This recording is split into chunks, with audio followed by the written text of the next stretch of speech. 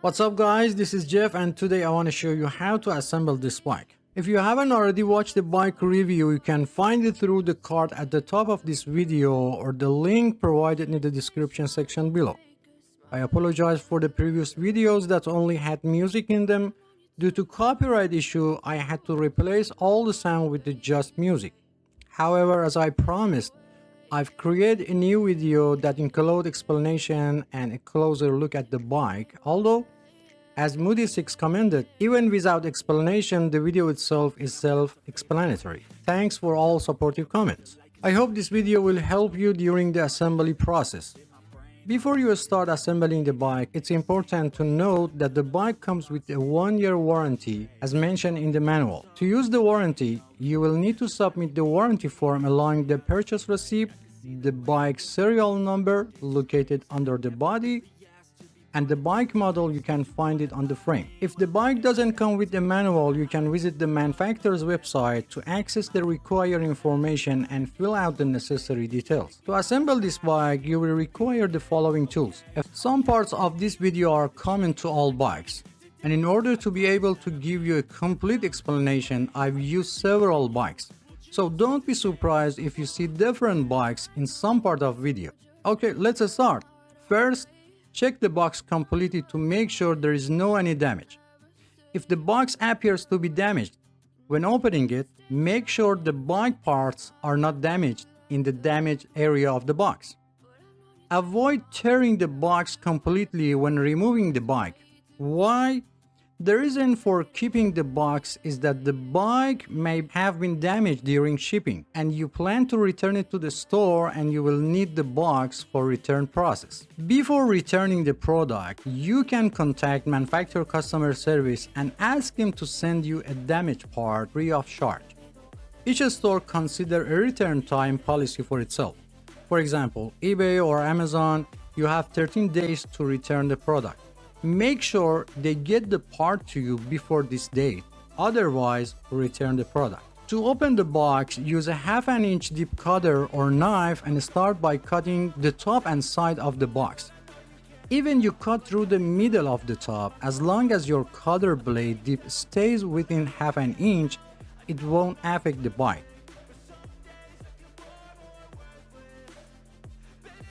After opening the box, visually inspect the internal components including the wheels, front fork, rear derailleur and handlebar to make sure they are free of any damage.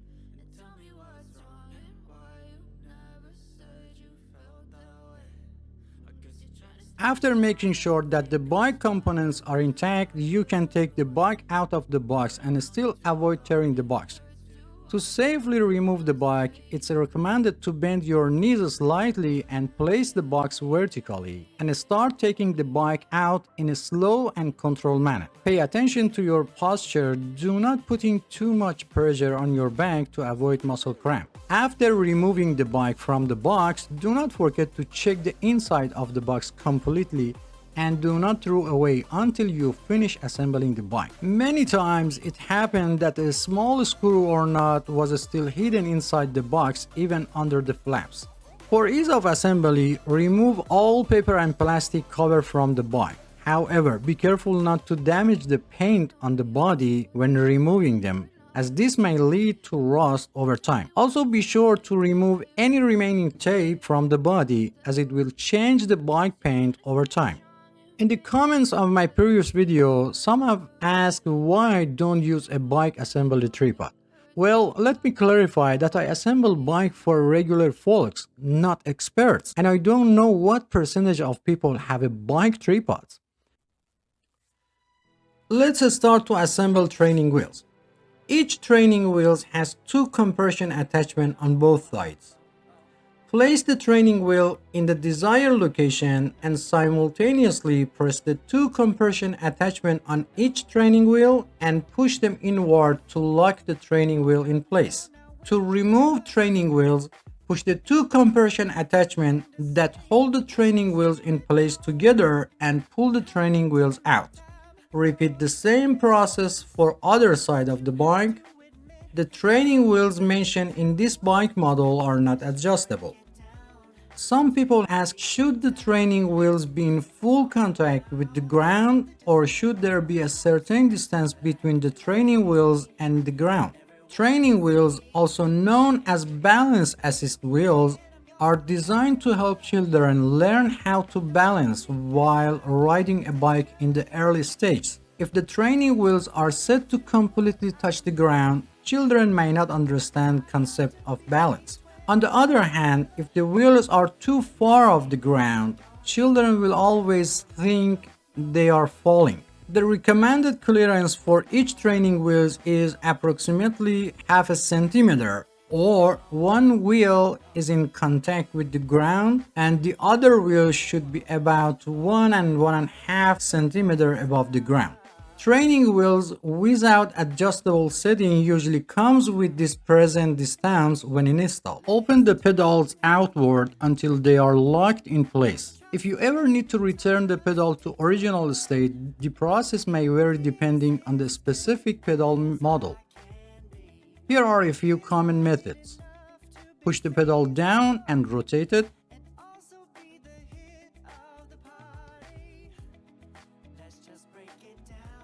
Push the pedal down, pull the plastic lock and rotate it.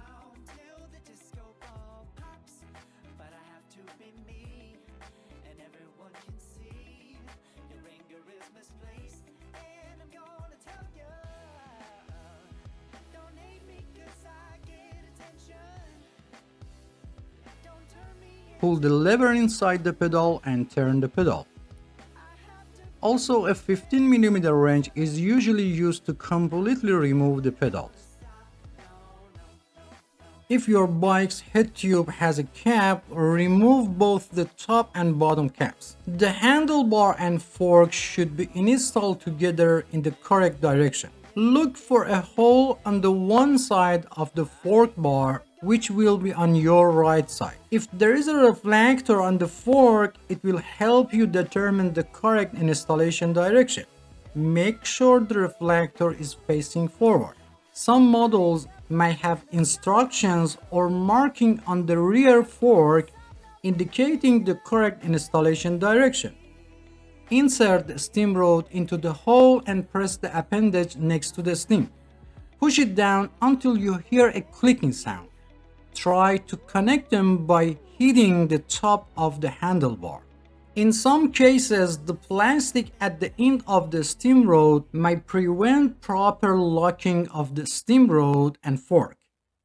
Use pliers or another tools to remove the plastic and try again until you hear the clicking sound. Once installed, make sure the handlebar is securely locked by pushing up and verify that it doesn't come out easily. Hand tighten the screw on the stem and then use Vise grips or another tools to tighten it an additional half turn. Otherwise, over time, the plastic screw will loosen and the fork will move back and forth. Note that in this particular model, the height of the handlebar cannot be adjusted. If you need to remove the stem rod, first open the cap above the screw, apply pressure to the appendage, and simultaneously push the stem rod upwards.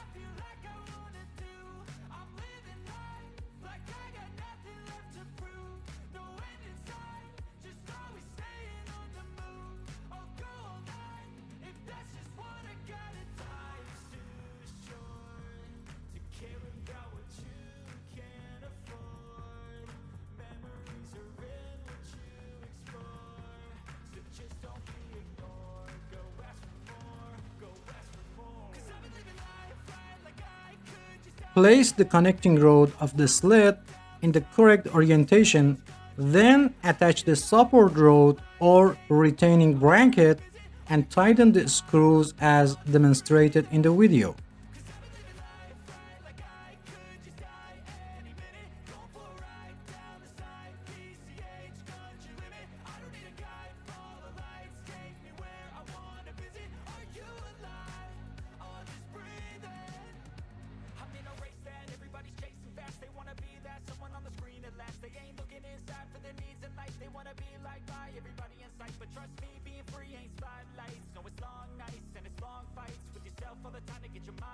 but if you put in the work, you can find the light, alright? I'll do anything that I feel like I wanna do. I'm living life like I got nothing left to prove. No end in sight, just always staying on the move. I'll go all night if that's just what I gotta do. Life's too short to care about what you can't afford. Place the bracket holder and install the screws.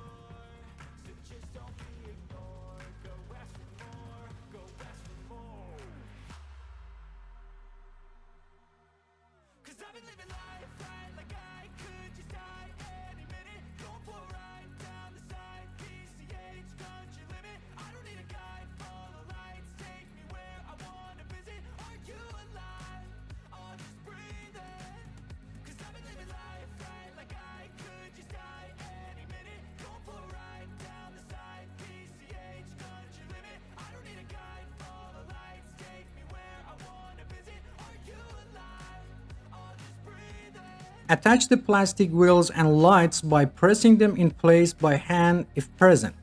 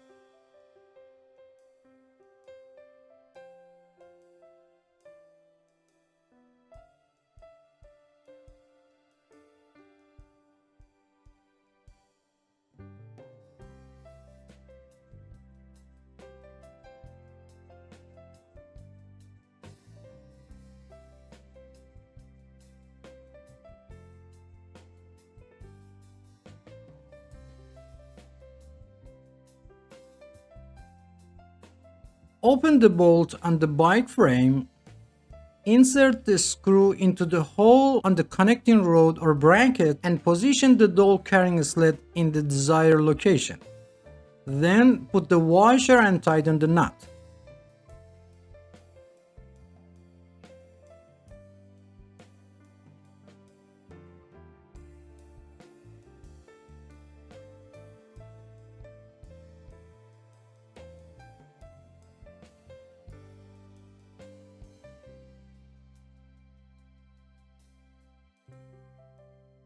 Open the two retaining screws on the rear frame and secure the retainers on both sides. And finally, double check all the screws and ensure they are tightly fastened.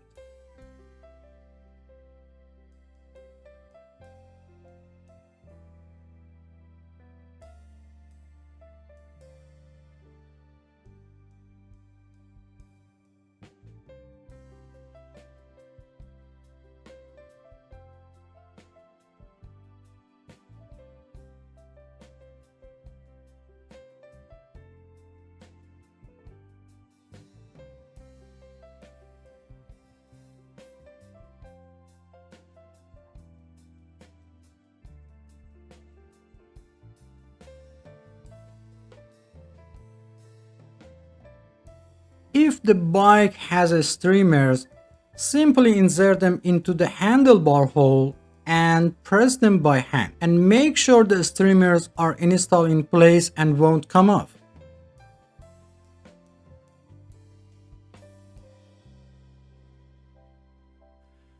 If the seat reflector is loose, use a Phillips screwdriver to tighten the reflector screw until it cannot move. Make sure the reflector is level and positioned correctly, and be sure not to over tighten the screw as it might break the reflector. I recommended installing the reflector close to the seat lock after adjusting the seat height. Note that I'm mounting the reflector close to the seat for minimal height. Open the quick release seat post lever and place the seat post in the desired position.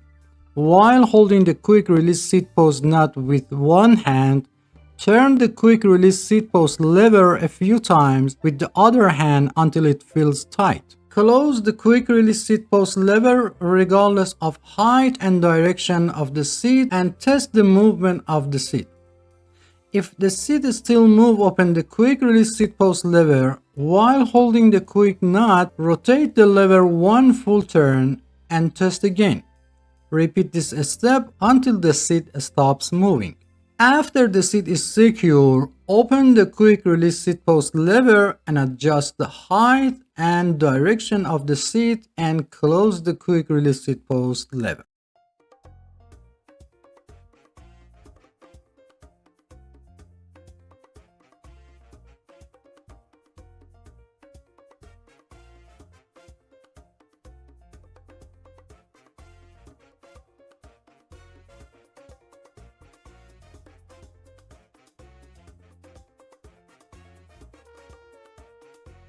If the seat continues to move after locking, you may need to tighten the seat clamp nuts. Also, if the seat angle needs to be adjusted, loosen the seat clamp nuts a little, change the seat angle, and tighten the nuts again.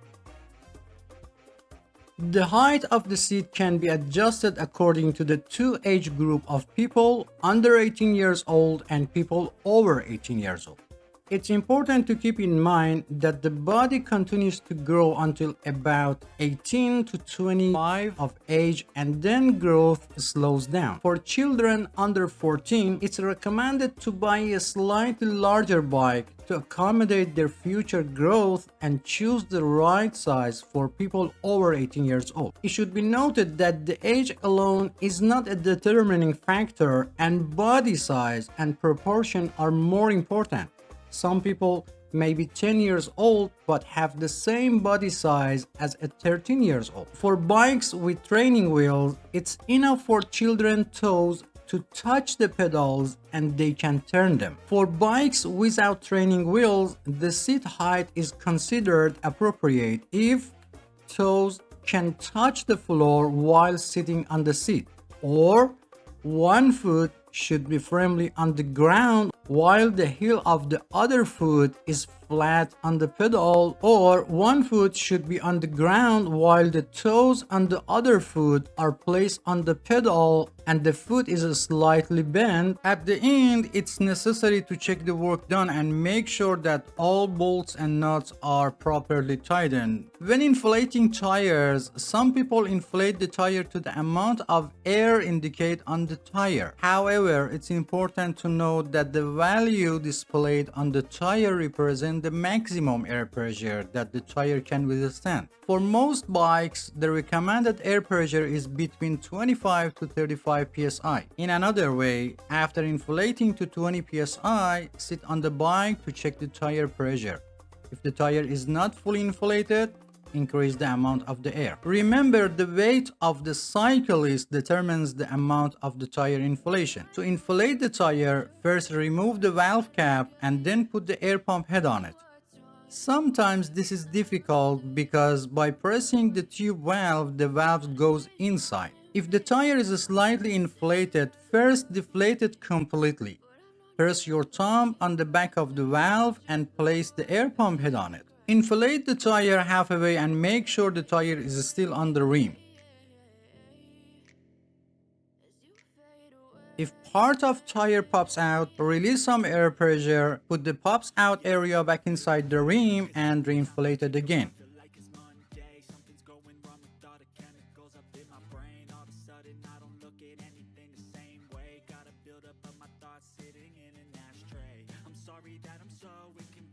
Over 90% of bike tubes have a Schrader valve, while the rest have the Presto valve. For Presto valve, you either need an air pump that supports this type of valve, or you need a converter to conversion Presto valve to Schrader valves. To inflate the Presto model, first tighten the nut holding the valve on the rim, then remove the valve cap and open the nut above the valve all the way.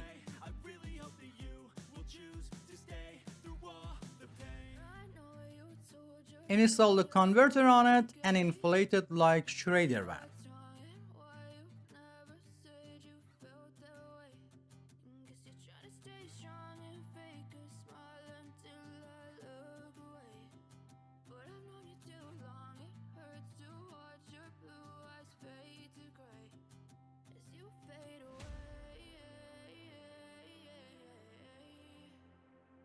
After inflating, first remove the air pump head, then remove the converter and close the nut above the valve again.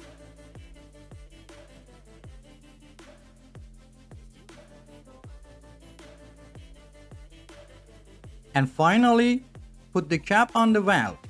If the nut holding the valve on the rim is loose, tighten it again.